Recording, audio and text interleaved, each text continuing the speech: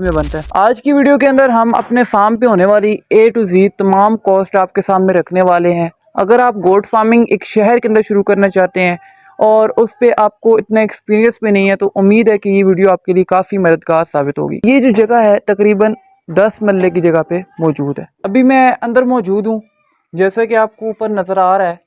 ये जो हमारा शेड है इसके अंदर बांस और लकड़ी का इस्तेमाल हुआ है। अब अगर हम शेड की एग्जैक्ट लंबाई आपको बताएं तो 27 फीट जो है वो लंबाई बनती है और 19 फीट जो है वो चौड़ाई बनती है। इसके ऊपर मुकम्मल जो है बांस पहले हमने लगाए थे, लेकिन उसमें लचक बहुत ज़्यादा थी। अब अगर हम इसकी ओवरऑल कॉस्ट की बात करें, लंबाई भी मैंने आपको बता दी, चौड़ाई भी आपको बता दी, तो इसके ऊपर जो हमारा लगभग 1.5 लाख रुपए तक खर्चा आया है। सबसे पहले तो कमरे को हम खोलते हैं, क्योंकि दिन के वक्त हम बंद करते हैं, क्योंकि बकरियां जो हैं वो अंदर जाती हैं। 10 ही कर देते हैं हम टोटल।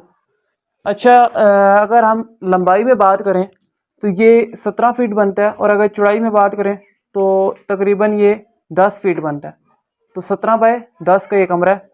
और अब अगर इसकी छत की बात की जाए तो छत के ऊपर इसके तैयार छत पड़ी हुई है, गार्डर डले हुए हैं, और ये मुकम्मल छत जो है हमें मिली थी, हमने सेकंड हैंड ये परचेज़ की थी।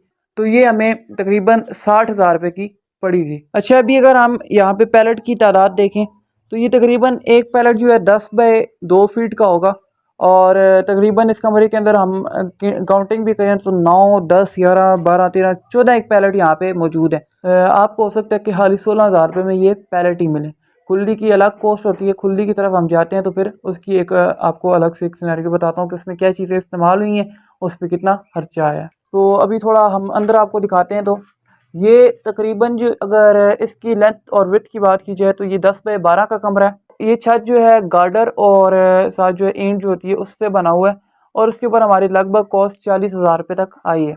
अब इस कमरे की ओवरऑल कॉस्ट की बात की जाए तो 30,000 रुपये के ब्लॉक, मतलब ये एक नॉर्मल बेसिक चीज़ें होती हैं जो कि आपको बताई जाए। 70-80,000 रुपये में कमरा तैयार हुआ, ठीक है। तो अब इसके अंदर जो है बकरियों की अद्वियात वगैरह हमने रखी हुई हैं। छोटे बच्चे अगर बंद करने हो सर्दियों के दौरान या बारिश के दौरान तो वो बंद कर देते हैं, या हमें रात के वक्त बारिश हो जाए, हमें खुद यहाँ पे लेटना पड़े, तो हम वो यहाँ पे अपने रहने का भी एक ठिकाना हमने बनाया हुआ है। इसके साथ साथ ये कि इसे इन फ्यूचर हम कन्वर्ट करने वाले हैं प्रेग्नेंट बकरियों और साथ जो है छोटे बच्चों में।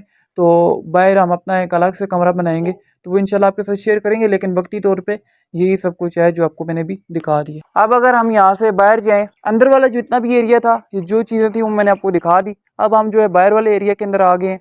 यहाँ पे जो हमारी इतनी मैन कोई कॉस्ट है नहीं, ठीक है। जो कॉस्ट है वो खुली की कॉस्ट है। इसमें जो कुछ कॉस्ट आएगी वो खुली की आ जाएगी। ज़मीन पे जो हाका वगैरह आया उसकी कॉस्ट हमारे पास आई।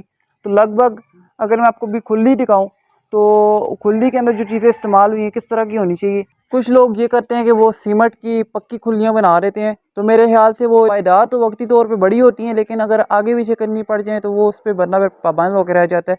तो वो मेरे ख्याल में नहीं बनानी चाहिए। लकड़ी की अच्छी रहती हैं, सही रहती हैं। तो लकड़ी की खुली मैं आपको पहले दिखाता हूँ।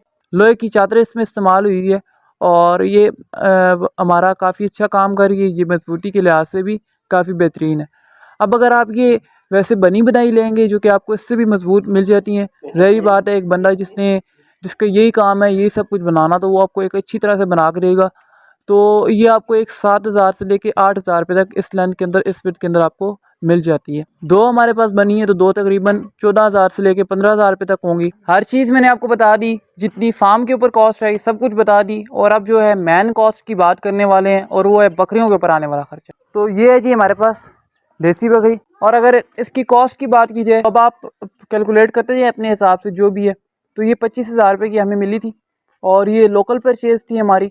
इसके बाद अगर हम आगे बढ़ें तो वो थी हमारी ये देसी बकरी। तो ये हमें तकरीबन पड़ी थी, इसके साथ एक बच्चा आया था, और इस वक्त ये प्रेग्नेंट बकरी थी। तो ये हमें तकरीबन 50,000 रुपये की मिली थी, जो कि उस वक्त एक अच्छा डील हुई थी, क्योंकि एक प्रेग्नेंट बकरी और उसके साथ एक बच्चे का भी होना। बच्चा जो था वो भी बड़ी बकरी थी, ठीक है, और तकरीबन वो भी 4 से 5 महीने की उस वक्त थी। और इसके साथ जो है ज़ाहिर बात है गबन बकरी, तो एक मुनासिब रेट में ही हमें 50,000 रुपये में ये मिली थी। अब अगर मैं आपको एक और तीसरी बकरी दिखाऊं तो वो है ये हमारे पास, ये भी देसी बकरी है, ठीक है। मैं फिल वक्त जो है सब देसी बकरियाँ दिखा रहा हूँ। उसके बाद हम थोड़ी नस्ल की तरफ भी आते हैं। नस्ली मैं आपको थोड़ी सी दिखाऊंगा ठीक है, क्योंकि बाज़ औक़ात वो बात वही है, नज़र के मामलात होते हैं, हर बंदा देख भी नहीं सकता ये चीज़ें। आप तो शायद सही देखने वाले हैं, मालूमाती तौर पे आए हैं, लेकिन हर बंदा ऐसा नहीं होता। तो ये जो बकरी थी हमने परचेज़ की थी 22,000 रुपये की, जो कि उस वक्त छोटी बकरी थी, लेकिन फिर हमारे पास ये 3-4 महीने रही और फिर जो है बड़ी हुई, फिर हीट पे आई, फिर क्रॉस हो गई और अभी जो है ये 1 महीने की प्रेग्नेंट बकरी। तो ये बकरी और इसके साथ जो है इसका बच्चा जो है ये हमने परचेज़ किया था तकरीबन 70,000 रुपये का। इसलिए बहस वगैरह मत करना रेट के ऊपर, क्योंकि मैं ये बेचने के लिए नहीं बता रहा। जिस चीज़ में हमने जो ली उसी पे बता रहा हूँ, इसमें झूठ वाली कोई बात है ही नहीं। तो ये जो बकरी थी इस वक्त ये दूधी भी नहीं हुई थी और इसने जो है बच्चा दे दिया था और अल्हम्दुलिल्लाह ये हमारे पास उस वक्त का आया था और काफ़ी जो है ये हेल्दी बच्चा हमारे पास आया था। तो ये लोकल हमारी परचेज़ थी, जो कि 60-70 हज़ार रुपये में 35-35 हज़ार रुपये दोनों में डिवाइड करें तो इतनी की हमारी कॉस्ट बनी, तो ठीक ही थी। अब अगर मैं आपको एक टेडी बकरी भी दिखाऊं जो कि अब धुंधी हो चुकी है, लेकिन जब हमारे पास आई थी तो तकरीबन ये 1 से 1.5 महीने की थी। ये थोड़ी सी बड़ी भी हो सकती है, लेकिन ओवरऑल इसके आसपास ही की रेंज की थी। तो ये हमें 7,500 रुपये की उस वक्त मिली थी, लेकिन अब जो है ये मार्केट के अंदर 25,000 रुपये की, 26,000 रुपये की इस तरह इसकी कीमत होने वाली है, क्योंकि ज़ाहिर बात है अब ये टेडी नस्ल में भी है और उससे बढ़कर ये जो है गबन बकरी है, तो इसका रेट इतना तो होना ही चाहिए। लेकिन मैं वही बात कह रहा हूँ कि सेल पर्पज़ के लिए नहीं है, सिर्फ आपको एक वीडियो मालूमाती पर्पज़ के लिए बनाई जा रही है।